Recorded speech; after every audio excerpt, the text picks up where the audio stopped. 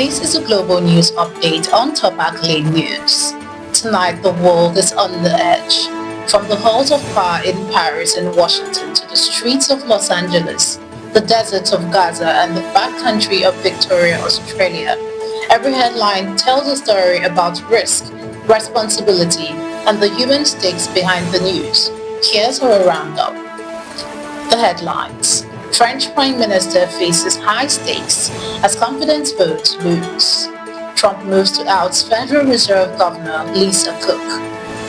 Europe holds last-minute talks with Iran to avert UN sanctions on nuclear program.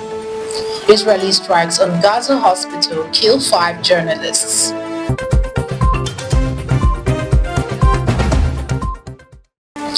In France, political survival now hangs on the price of austerity, where French Prime Minister faces high stakes as confidence votes lose.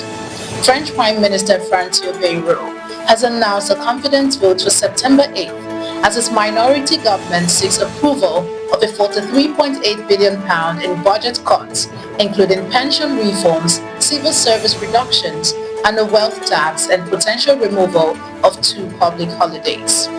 Opposition parties, the National Rally, Greens and Socialists oppose the plan, risking another government collapse.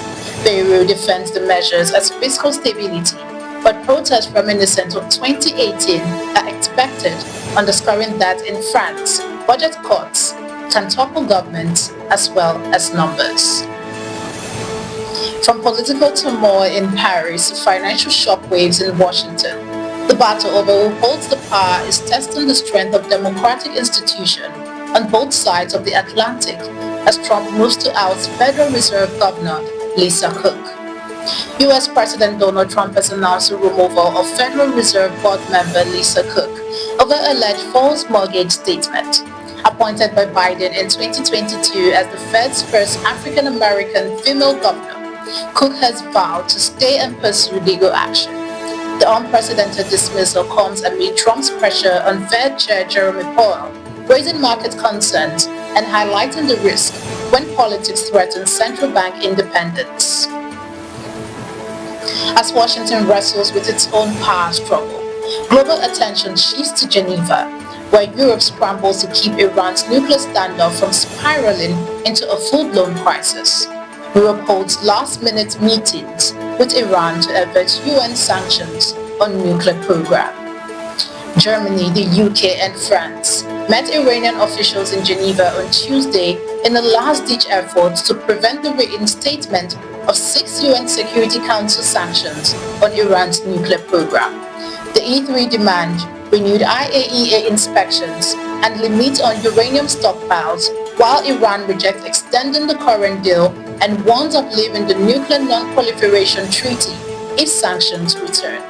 With Russia proposing a 6-month extension but no agreement reached, the October deadline highlights a tense standoff, edging the world closer to a confrontation. While diplomats in Geneva struggle to contain the nuclear crisis with Iran, the Middle East is already ablaze as Israeli strike on Gaza hospital killed 5 journalists. A pair of Israeli airstrikes on Nasser hospital in Gaza killed 5 journalists, including freelancers, along with over a dozen civilians and first responders, some of whose deaths were broadcast live. This follows strikes 2 weeks earlier that killed 6 journalists, marking an unprecedentedly deadly period for media covering the conflict, with at least 192 journalists killed in Gaza since the war began. Israel called the incident a tragic mishap and promised an investigation, while press advocates warned that local journalists risked their life to report the war under extreme danger. In a conflict where the storytellers themselves are being silenced, the world is forced to confront the grim reality. When journalists die, the truth is under fire.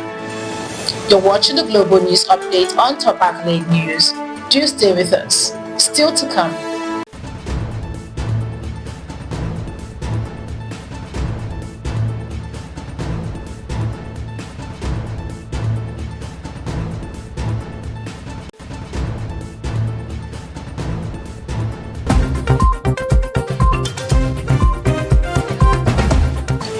Thanks for staying with us.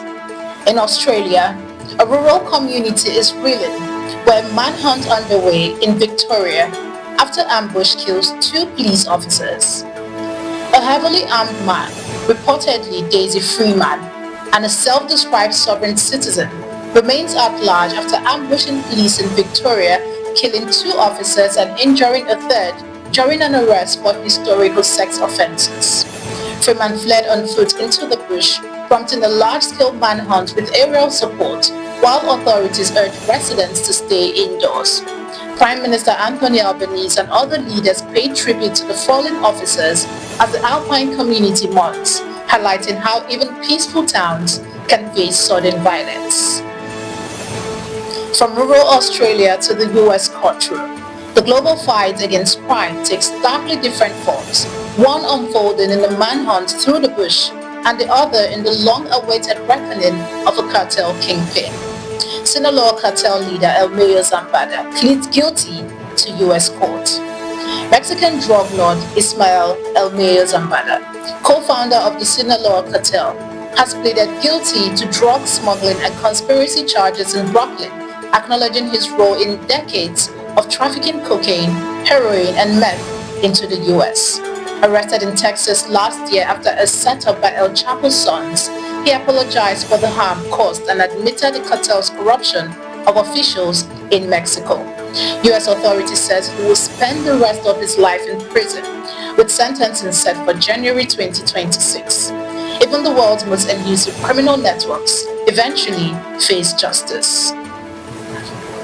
From cartel kingpins to pop culture icons, the courtroom spotlights shift sharply as Lil Nas X faces felony charges after nude arrest in Los Angeles. Rapper Lil Nas X, born as Montero Lama Hill, has pleaded not guilty to 3 felony counts of battery with injury to a police officer and 1 count of resisting arrest after being detained last week in Studio City, Los Angeles, while wandering the streets nude and allegedly charging at officers. The 26-year-old Grammy winner was arraigned on Monday with bail set at $75,000 and could face up to 5 years in prison if convicted. Authorities said 3 officers were injured during the arrest and the rapper was briefly hospitalized for a possible overdose. The incident comes as Lil Nas X prepares to release his 2nd studio album, Dream Boy. The surreal spectacle serves as a stark reminder that fame offers no immunity when celebrity collides with the law. Finally, in sports, NFL tapes retired players to combat gambling risk. The NFL is using retired players to educate current athletes on gambling rules, aiming to prevent violation that could threaten careers or the integrity of the game. Vice President Sabrina Perel said the league added around 20 former players to its training program, which covers prohibition on betting, sharing insider information, and wagering while on the clock. The initiative follows past suspension and reflects growing concerns as legalized sport betting expand across the U.S. Since 2018, 38 states and D.C. have allowed sport betting, increasing risk for players. The NFL's approach underscores a simple truth. In football, legends warning can hit harder than any rule book. From the corridors of power to the front lines of conflict, from the streets of our cities to the fields of sports, tonight's story reminds us that every action carries weight and every headline carries human consequences. Stay vigilant, stay informed. I am Ojoromi Okocha. Connect and engage with us on all our social media handles. Do have a wonderful day and keep watching the Global News Update on Top Accolade News.